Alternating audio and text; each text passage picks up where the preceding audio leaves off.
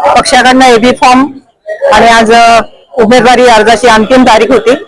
आज आम्ही या ठिकाणी मोठ्या जल्लोषात आणि मोठ्या संख्येने अंबरनाथचे नागरिक, शिवसैनिक, आमचे सर्व वरिष्ठ, आमचे खासदार साहेब, आमचे जिल्हा प्रमुख लांडगे साहेब, आमचे आमदार डॉक्टर बालाजी किनीकर साहेब या सगळ्यांच्या उपस्थितीमध्ये आज आम्ही आमचा उमेदवारी अर्ज नगराध्यक्ष पदाचा देखील आणि नगरसेवकांनी देखील या ठिकाणी अर्ज दाखल केलेला आहे।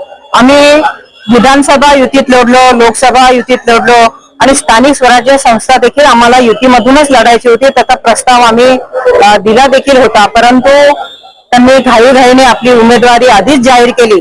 आम्ही शेवटपर्यंत प्रयत्न केले की युतीमध्येच आपल्याला लढायचं आहे आणि आमचे वरिष्ठ एकनाथजी शिंदे साहेब असतील, मुख्यमंत्री देवेंद्र फडणवीस साहेब असतील किंवा अजितदादा असतील, ते प्रत्येक व्यासपीठावरून सांगत असतात की आपण युतीमधूनच लढलं पाहिजे, युतीमधूनच केलं पाहिजे। परंतु स्थानिक पातळीवर त्यांना का नाही वाटलं माहित नाही, काय त्याचं समजलं नाही की का कारण त्यांनी युतीत का नाही लढलं।